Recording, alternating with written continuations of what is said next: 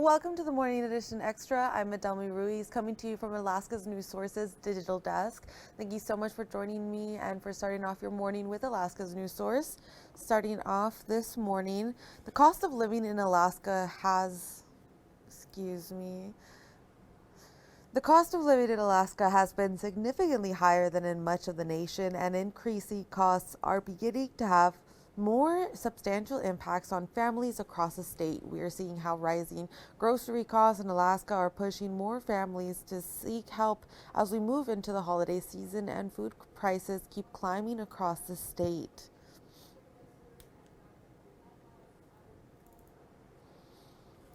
In Anchorage, grocery costs run about 27% above the national average. That's according to the research website PayScale. In Juneau, that number is even higher at about 30%. In Fairbanks, the number fluctuates, but you can expect grocery staples to average out at 35% higher, but some items can be closer to 60%. Some specifics just to show the difference in grocery prices. The national average for a gallon of milk is just over $4. In Anchorage and Juneau, you will pay closer to $6. A loaf of bread in the lower 48 averages less than $1, but to get the same thing here in Alaska, it's closer to $5 and sometimes even higher. Fairbanks prices are high, but change more because of the cost of transportation. It's easy to see how with those prices, food banks say they are seeing that impact every day, leading to more families asking for help. In Juneau, St. Vincent de Paul, a nonprofit, says they've seen a nearly 30% increase in need this holiday season. The organization says they've given around 500 turkeys and food bags to households in need this year. Executive Director for the group, Jennifer Skinner, says in years past that number is usually around 300. She says she believes that a pause in SNAP benefits in early November, coinciding in high costs of living in the region, are reasons to blame. The cost of goods has gone up, and there's such a discrepancy between what people can earn in our workforce versus the cost of living here in Juneau when your average two-bedroom apartment is over $2,000 a month. Skinner says she expects the need to continue to increase in the region and adds she's thankful for all volunteers and partner organizations helping out during this time. And public safety, reducing homelessness, and pushing for more affordable housing all took center stage at the Anchorage State of the City address on Monday, where Mayor Suzanne LaFrance laid out her vision, telling the Anchorage Chamber that progress is taking shape even on the toughest issues. She pointed to an annual count showing unsheltered homelessness surged 3% from January 2019 to January 2025. The mayor said the city is now providing shelter year-round, calling it a crucial step in turning those numbers around. For the first time ever, Anchorage now has a coordinated year-round shelter system. The Muni is maintaining 300 beds of shelter year-round with the ability to scale up as needed. The mayor said the city will struggle to maintain services without new investment. She also used the speech to promote a 3% sales tax she's hoping will come before voters this spring.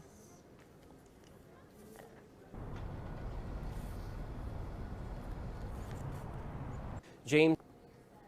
In a divided minority Republican Party, that's the headline after some lawmakers have openly expressed their disapproval over the selection of House Minority Leader Delana Johnson. What does this internal party division mean for the upcoming legislative session? Political reporter Will Courtney explores that question on the latest edition of Alaska's Political Pipeline podcast.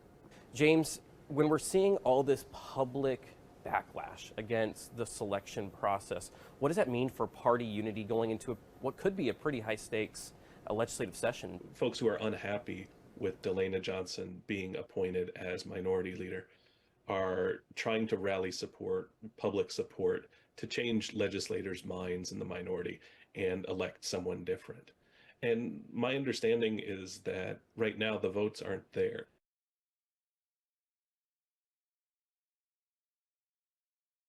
The extended conversation with James Brooke is available right now on our website, mobile app, or wherever you get your podcasts. University of Alaska Fairbanks says the Center for Teaching and Learning will be reorganized and rolled into the Office of Faculty Affairs and Services. The change comes a little more than 2 years after its creation. The CTL says it helps at UAF by assisting with student outcomes and class development. CTL staff says the reorganization will cause 14 position losses and the elimination of some programs. Alaska's news source reached out to UAF administration but haven't heard back. In a press release, the university says the reorganization will continue to provide course development and design support for faculty.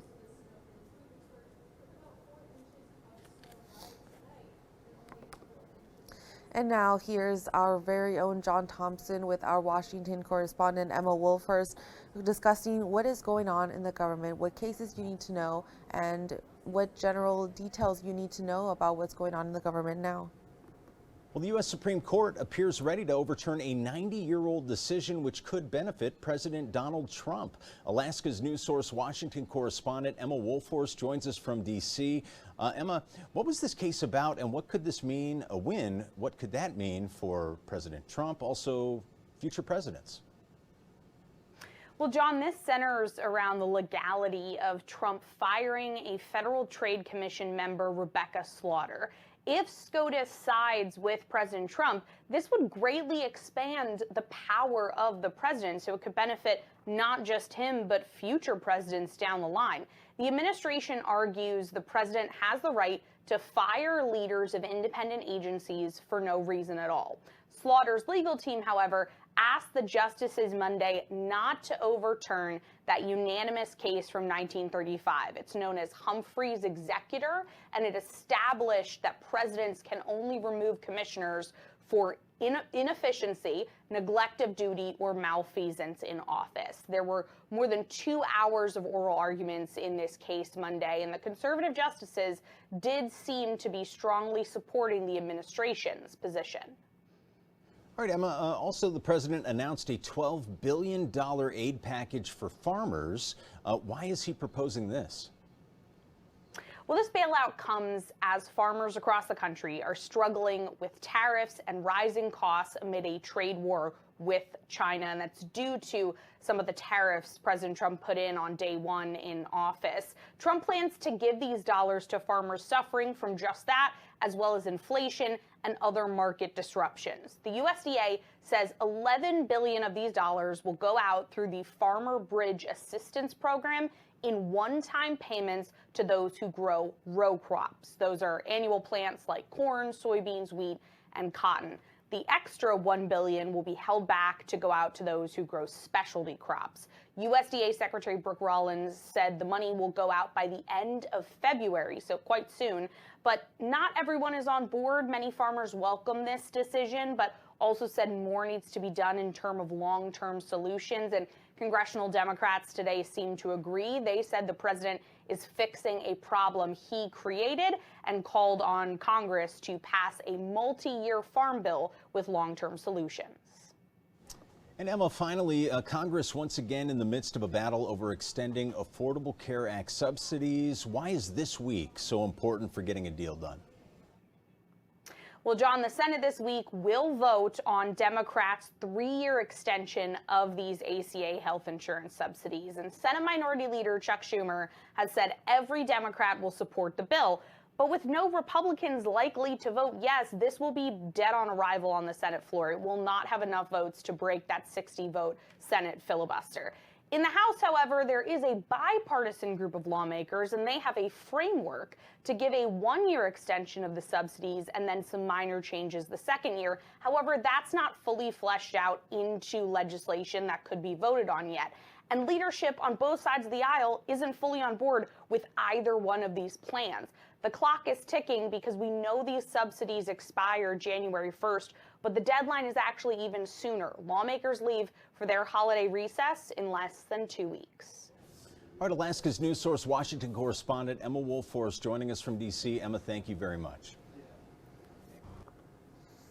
And that was John Thompson with Emma Wolfhurst. Thank you guys so much. Now I'm going to hand it over to meteorologist Bailey Braun, who's going to give us a rundown over what our day is going to look like, what into our rest of the week. Bailey. And as of right now in Palmer, we're seeing these very dry conditions and dry roads. We're also feeling those much chillier temperatures at 9 degrees. But one thing I want you to notice is that this wind is staying relatively calm right now. And that's a nice change compared to what we've been seeing, especially throughout this weekend. We saw the strongest wind gusts around 89 miles per hour, and we continued to see these hurricane force winds up until yesterday. Now, so far today, the strongest wind gust that we've seen was 49 miles per hour. Again, a nice change compared to these hurricane force winds that we saw. Now, looking ahead with our jet stream forecast, high pressure out west is bringing in those colder temperatures and those mostly sunny skies. But the next big thing and the big change ahead is going to be winter weather into southeast as we focus on this jet stream, bringing in more of that moisture into southeast. So that's really going to bring the biggest impact as a winter weather advisory is underway for southeast. Now, looking ahead, we're only really going to see some rain throughout the day, especially in areas like Ketchikan, where the high temperature is going to stay above freezing. But then as we progress, especially into the overnight hours when lows dip down below freezing, that's when we really start to see more of this snow begin to build. This is mostly going to affect areas like Petersburg, into Hyder, as well as into Ketchikan. And this is where we're going to see several inches of snow into tomorrow. But looking ahead, all across the state, these mostly sunny skies, very dry conditions, and that's the result of that high pressure system over Alaska. Now, again, with that winter storm warning, this is going to stay in effect around 9 a.m. this morning and going to continue to stay in effect until 3 a.m. tomorrow morning. So overnight, that's when we're really going to see the bulk of that snow begin to move on through. You can see around 3 a.m. when that advisory expires, we're going to see about half a foot of snow into Petersburg, and only a couple of inches into Ketchikan and Sitka, but then may accumulate even a little bit more snow into tomorrow night, but we'll have to see. We're mostly expecting that snow to roll in overnight tonight and into tomorrow morning. But that wind chill is another big impact that we're trying to focus on, especially in areas like Bethel and into Fairbanks. The wind chill is really the feeling, is that temperature that you feel on your skin. So while it may not be negative 28 or negative 24 degrees as of right now, that's definitely what it feels like for your skin. So make sure that you're bundling up every time you go outside, brace, and try to avoid frostbite if you can. Temperatures like that only take about 20 to 30 minutes for frostbite to kick in. But for today, these high temperatures are going to be around negative 18 degrees in Fairbanks, which is actually much warmer than what we've been seeing all week long. Into Anchorage and even into Juneau, we're seeing high temperatures at 11 degrees. So already feeling that cold kicking in. We're going to see even colder temperatures ahead for Anchorage, especially as you look ahead to Wednesday and into Thursday. That's when those high temperatures really start to dip, even reaching single digits by Thursday. But these overnight lows still staying very chilly in the single digits. Now for Fairbanks, we're also looking ahead to some colder temperatures for tomorrow. But then you'll notice the only difference is going to be that increase in those temperatures getting a little bit warmer as we approach the end of the week, even heading into the weekend. Now for Juneau, we're also going to start to see a subtle climb by tomorrow, but then we're going to drop back down into temperatures by later on this week. And then we're also going to see those partly cloudy skies ahead. Adelmi? All right, thank you so much, Bailey. And now to a holiday consumer alert as the state's postal inspector says package theft and scams are rising. These new scams are sophisticated and complicated, he called quishing or brushing.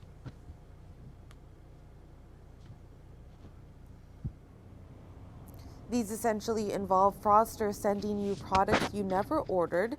They can then write fake reviews.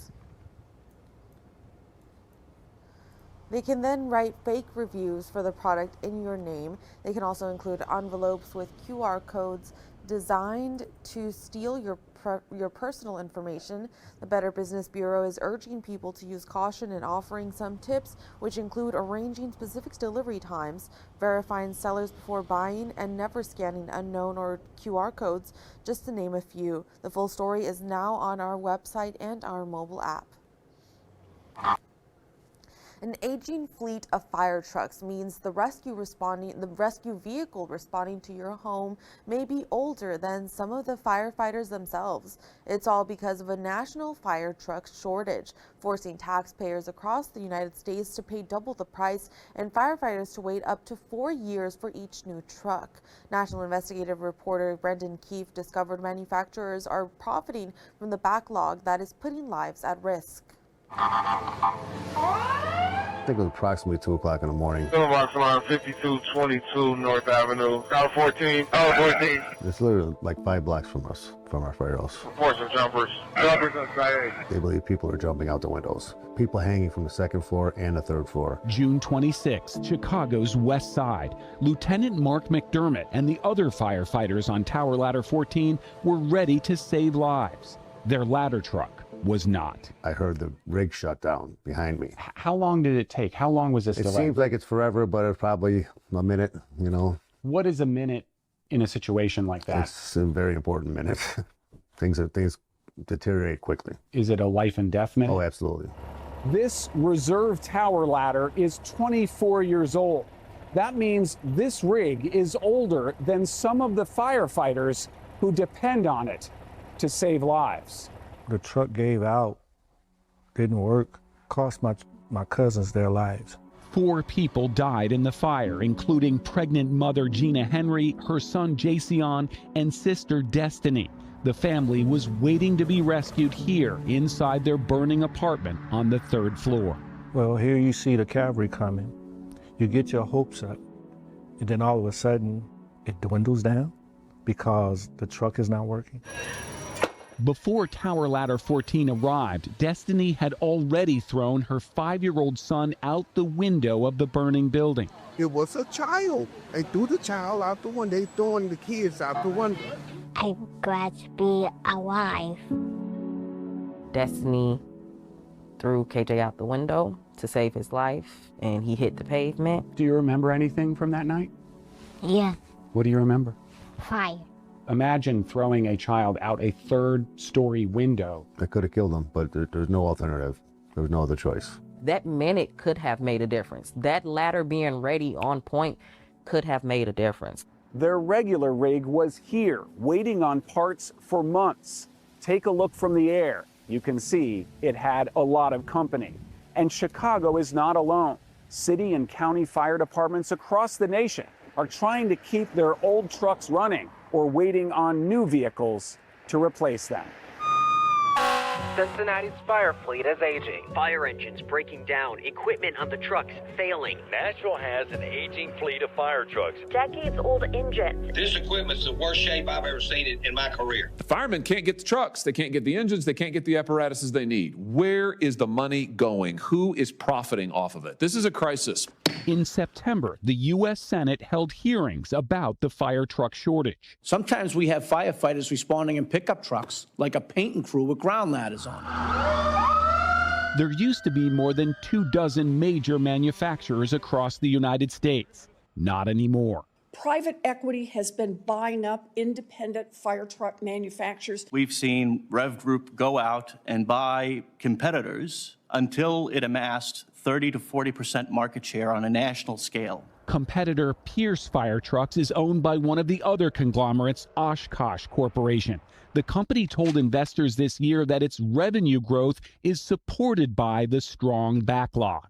Neither Pierce Oshkosh nor Rev Group agreed to an interview, but both companies pointed to their testimony at this congressional hearing. Our entire industry has been challenged by a dramatic cost inflation, an unprecedented federal stimulus-driven spike in demand. We shipped more trucks last quarter than any other quarter in Pierce's history. It's about lives and not money. Back on Chicago's west side, snow now covers the charred remains of an apartment that was once burning so hot, a mother decided the only way to save her son was to throw him out a 3rd-floor window.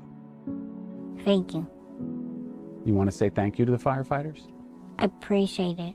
Chicago just received several new fire trucks, including 4 new ladders that were ordered years ago. Nowhere near enough to replace all the old rigs here and across the nation, some of which are waiting on a single back-ordered part.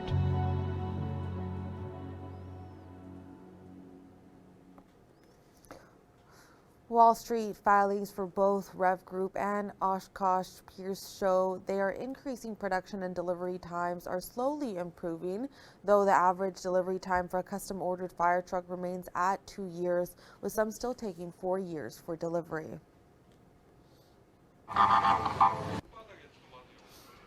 In Japan, according to the Fire and Disaster Management Agency, at least 33 people were injured. One of them was seriously injured after an earthquake in Japan. Most of them were struck by falling objects caused by the quake, according to public broadcaster NHK. The magnitude 7.5 quake struck around 11:15 p.m. in the Pacific Ocean, around 50 miles off the coast of Aomori, the northernmost prefecture of Japan's main Honshu island. The U.S. Geological Survey measured the quake at magnitude 7.6 and said it occurred 27 miles below the surface. A tsunami of up to 2 feet 4 inches was measured in Kuji port in Iwate Prefecture, just south of Aomori, and smaller waves struck other communities in the region, according to the Japan Meteorological Agency.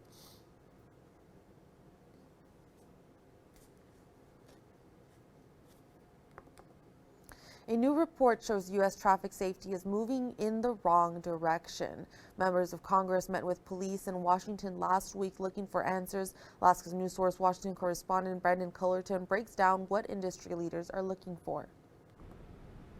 Advocates for highway safety say the danger on U.S. roadways has become a crisis. They say it's up to Congress and state governments to pass laws making travel safer. In 2004, a drunk driver took the life of Vicki Brown's son Darius. Hit my family, splitting our car in half, causing our car to do a couple of 360s, rolling over before ending in an upright position, and killing Darius.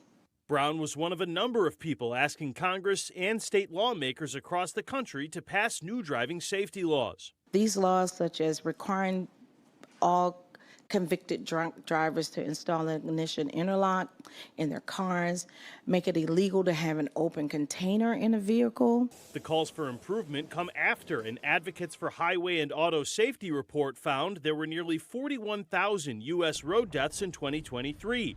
Crashes caused nearly 2.5 million injuries and $440 billion in damage costs. Republican Tracy Mann says those numbers need to improve. Families often drive long distances for school, work, medical care, and everything in between. Road safety is not just an abstract policy discussion. For me, it is personal.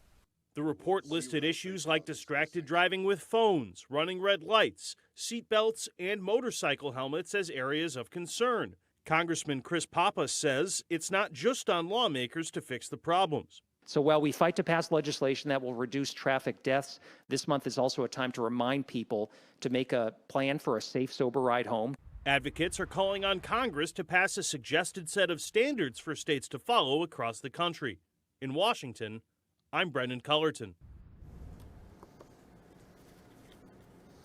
A recall alert for Amazon shoppers. More than 200,000 NU power banks sold on the site have been recalled over a fire risk. The Consumer Product Commission says the battery in the power bank can overheat and ignite. Officials have received nearly a dozen reports of fires with damages reaching $380,000. Customers should stop using the power banks and visit NU's recall page to register for a full refund.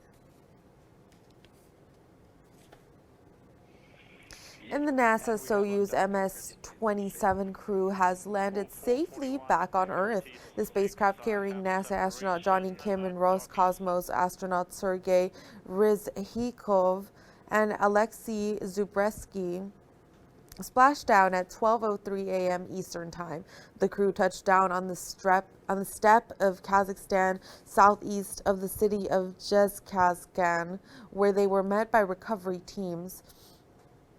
Kim will board a NASA aircraft and return to Houston, while Ryzhikov and Zerbetsky will depart for their training base in Star City, Russia.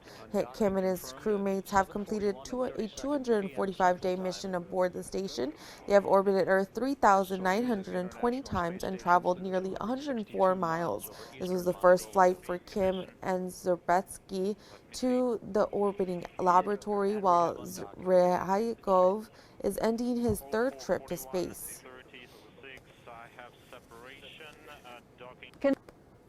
Building an emergency fund is one of the most important things you can do for your finances, which is why so many experts recommend you make saving money as easy as possible. In this Watching Your Wallet, consumer investigator Rachel DePompa shows you how to automate your savings.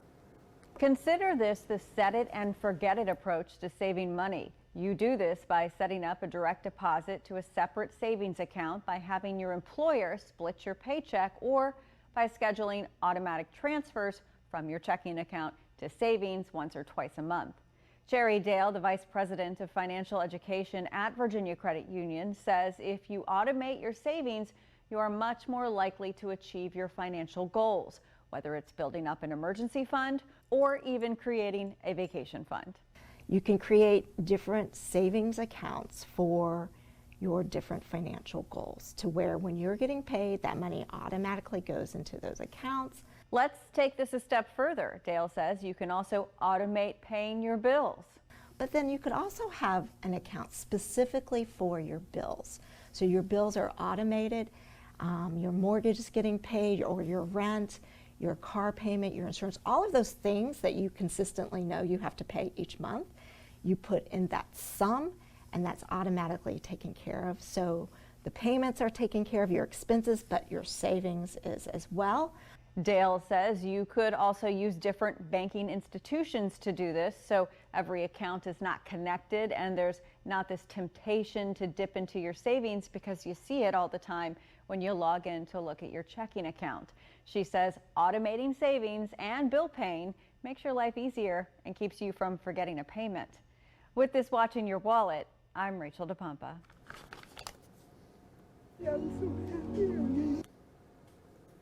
A grandmother didn't hesitate when a stranger asked her for help. What she didn't know is that a stranger is actually a social media influencer.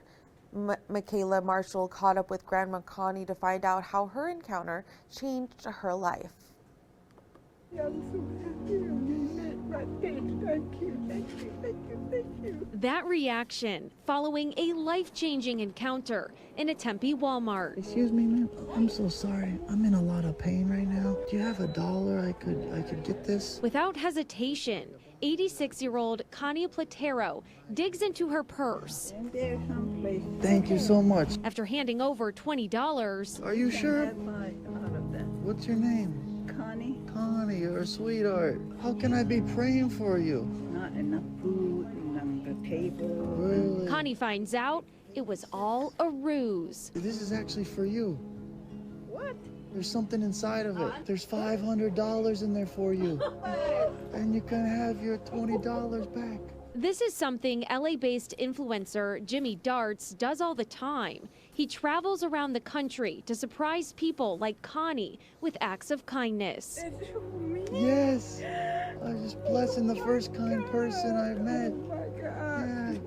Connie's story has gone viral with a GoFundMe that's grown to more than $68,000 in just a few days. I still can't believe it. We met with the beloved Navajo Nation grandma. Every morning, every evening, I pray, and that has paid off. She says she felt compelled to give because there was a time she was homeless. I've been there, so I know how it is. Now she plans to use the gifts from others to buy a truck to make life easier for her family. When you live on the reservation, you have to haul water, you have to haul firewood. The experience has inspired Connie to keep paying it forward. I taught my kids to be generous. This story, a true testament that what goes around comes around. I keep thinking, oh, I wish I could have somebody else get money like me, you know.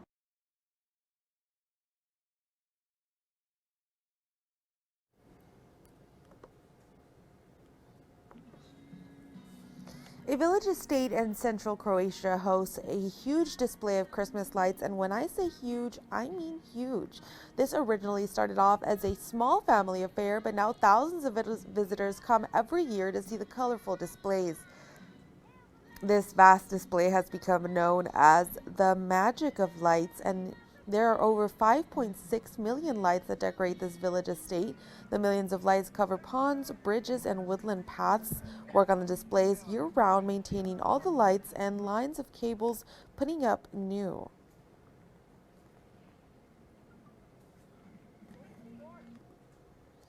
And Starbucks is bringing back a popular item that recently caused a frenzy. The barista cold cup has come out of hibernation, but this time they won't be available in stores. The 20-ounce cups shaped like a teddy bear wearing a green knitted beanie are being offered as prizes in the Starbucks for Life Marathon. The chain is giving out 17,000 cups to winners of the mobile game, which runs from December 8th through January 4th. The cups quickly sold out last month when introduced as part of the holiday menu merchandise drop, leading to arguments and altercations in stores that were shared on social media.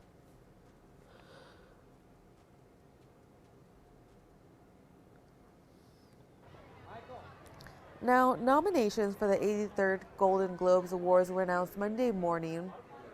One battle after another is the lead contender for the awards with 9 nominations total.